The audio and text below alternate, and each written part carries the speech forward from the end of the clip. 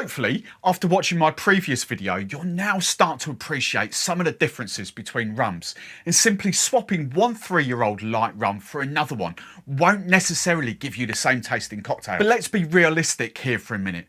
Does the type of rum that you use in cocktails really matter? The simple answer is yes and no. Now, if you're just getting into rum and rum cocktails, the chances are your palate won't be that well developed. And I don't mean that in a pretentious, egotistical way, I'm better than you. Heck, even after 15, 20 years of drinking rum, I'm still learning and appreciating the differences between some of the rums. But let's just take the Cuba Libre, the humble rum and coke with a dash of lime. Now, I'm just making that with the standard Havana 3-year-old.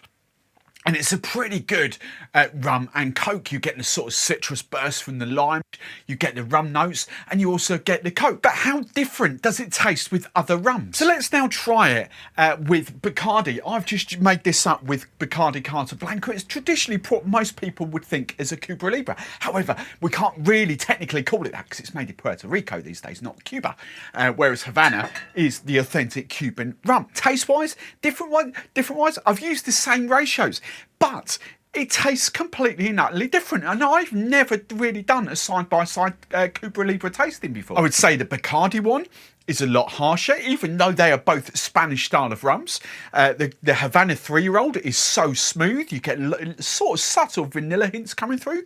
But the Bacardi one is just too harsh. I don't really enjoy it side by side. However, if you gave me that on its own without me tasting that first, I'd probably be really happy with it. But it just tastes more alcohol, if you know what I mean. It's not as smooth going down. Really, really surprised me. And now to add a third Cuban rum to the mix, and this one is Cuban. I've done it with Rum Cubay Casablanca. Again, it's a completely different drink. This one's almost sweeter. It's almost too sweet for me. And again, it's exactly the same ratios. So we've got 3 Cuban rums, and I'm saying I'm doing that because Bacardi, even though we think of it as Cuban, is Puerto Rico. We've got 3 Cuban rums there, 3 Spanish style of rums, 3 completely and utterly different tasting Cuba Libres. And to rank them in order, I would go Havana 3-year-old, I would go Rum Cubay, and I would actually go Bacardi because it's a lot harsher in 3rd place. And to go even further down the Cuba Libre rabbit hole, let's add 2 more Spanish style of rums to the equation. I've got Flor de Cana, which is a Nicaraguan white rum, 4-year-old, bit drier. The second one we've got is Barcelo from the Dominican Republic. Again, how do these taste? Well, the Flor de Cana for me has now become my favourite one. I get a lot more rum coming off it. I get vanilla notes and a subtle hint of tropical fruit. Really, really smooth going down. The Barcelo one, more citrusy. Drinking that reminds me of actually the Coca-Cola signature mixers, maybe the woody kind of Coke. It's really, really weird how the different rums kind of bring out the different flavours. And it's so interesting because for years and years and years, the go-to in the UK has been Bacardi and Coke. And actually, that is now completely and utterly in 5th place for me personally. And this is so much fun because, as I say, I've never done a kind of Cuba Libre face-off in this sort of style. The Flor de Cana 4-year-old is now above the Havana 3-year-old. I would probably put the Barcelo, kind of completely different drink. I'd put the Barcelo in 3rd, Cubay in 4th, and then Bacardi in 5th. But let's just bring this back. These are all light, very kind of young white rums, 3-year-old at best. We don't really know how old Bacardi is, but the kind of 3-4-year-old rums, they are in the same bracket. They are very similar light rums, and yet all 5 of them have completely different taste profiles. Now let's have some fun with English rums. I keep saying English rums are traditionally my favourite style of rums, but how do they differ when we compare them to the Spanish rums? Now, you know, in this day and age, we don't really classify rums in English, Spanish or kind of French style. That is the broad generalisation, but they're very much classified on how they're distilled, how they're aged and things like that. But I've got Plantation 3 stars there, Jamaican, Barbados, Trinidad. I've got Guyana, El Dorado 3-year-old, which is that one behind me. And then I've got Doorleys, which is a Bajan, Barbados, out and out Barbados rum. And this is really, really interesting because straight away, I'm going for the El Dorado 3-year-old first off, because wow, the first real taste I get off that, there's a little bit of vanilla there, but it's chocolate. I really do taste chocolate with a little bit of coffee coming up behind it. The Plantation 3 stars, I get more kind of tropical notes, tropical fruit coming off there. It is still very much a rum and coke, but it's the little subtle differences that you get when you're kind of finishing down the palate. And the Doorleys one for me, again, lovely.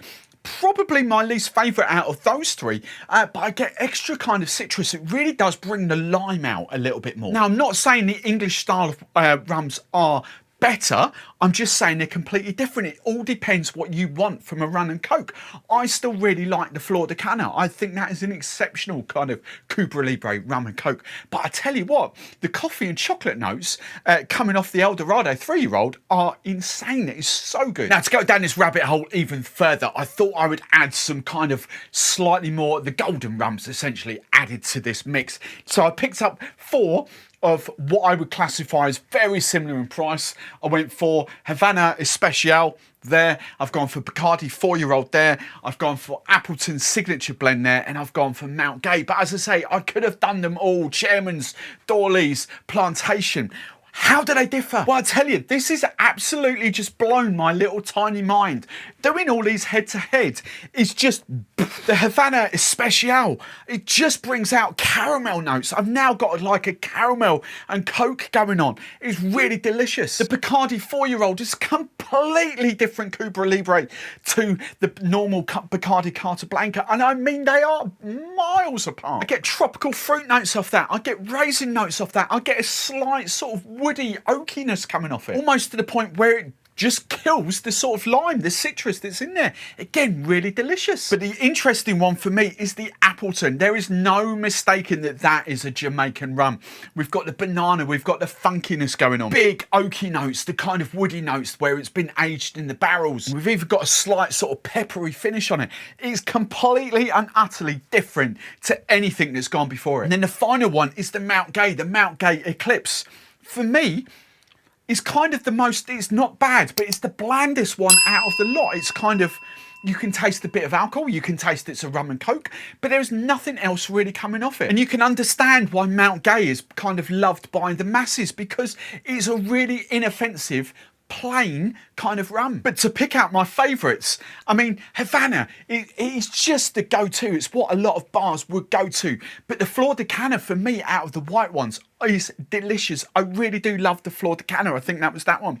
And then the other white rums, the English style of white rums, there was no mistake in the El Dorado 3-year-old. That was simply stunning. I love that with the kind of chocolate notes. But when we go on to the slightly more aged kind of rums, the golden rums, that are probably in the same price bracket, again, there's a whole wealth of difference between those 4. The Appleton, for me, really, really tasty. I would have gone El Dorado 5-year-old, but it's a bit more expensive. But even the Bacardi 4-year-old is a really tasty rum and coke. The big 2 disappointing ones for me, actually, Mount Gay and Bacardi. Really, really surprised me. Bacardi is loved the world over, and yet it just doesn't stand up to, and bearing in mind we're only talking a couple of pound more expensive for a Bacardi in some of these bottles, it just doesn't stand up to all these. So what does this tell us? Does the type of rum, does the style of rum that you use in your cocktails, does it really matter? Well, yes, I think it does. As you go further down your rum journey, I think you are going to notice a massive difference between the rums that you use. And I would love to know in the comments below, which is your go-to rum for a rum and coke? Have you done a side-by-side tasting like this before? It's the first time I've ever done anything like this, and I'm massively surprised by the results. So I'm now really intrigued to see how this stands up in a daiquiri test, and that's coming up in the next video.